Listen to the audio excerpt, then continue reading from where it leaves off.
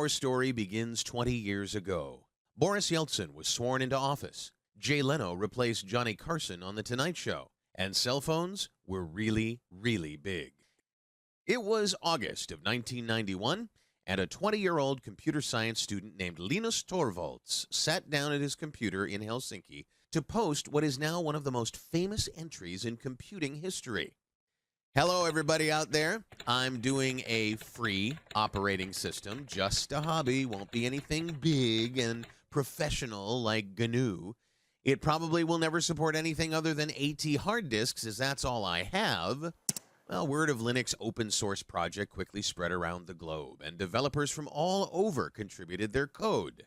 Linus named his OS kernel Linux and chose a penguin as its mascot, after a little incident at the zoo. He soon made a very important decision that would shape Linux's future just as much as the technology. He chose the GPL license, created by a visionary named Richard Stallman. The Linux kernel, along with the GPL license and other GNU components, revolutionized the computing industry with a few very simple yet very important freedoms.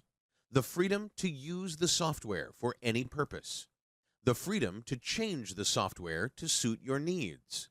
The freedom to share the software with your friends and neighbors. And the freedom to share the changes you make.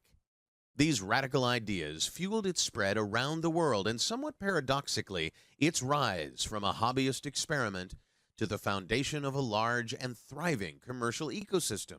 Companies built businesses around Linux. In 1999, Red Hat's stock tripled as it became the first Linux company to go public.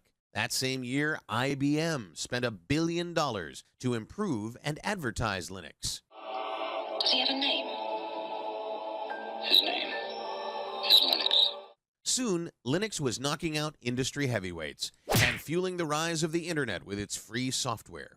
In short, Linux revolutionized computing. But whenever something is this disruptive, there's bound to be competitive crossfire. But Linux not only survived, it thrived. Today, the kernel development community numbers in the thousands, with hundreds of companies collaborating on Linux development.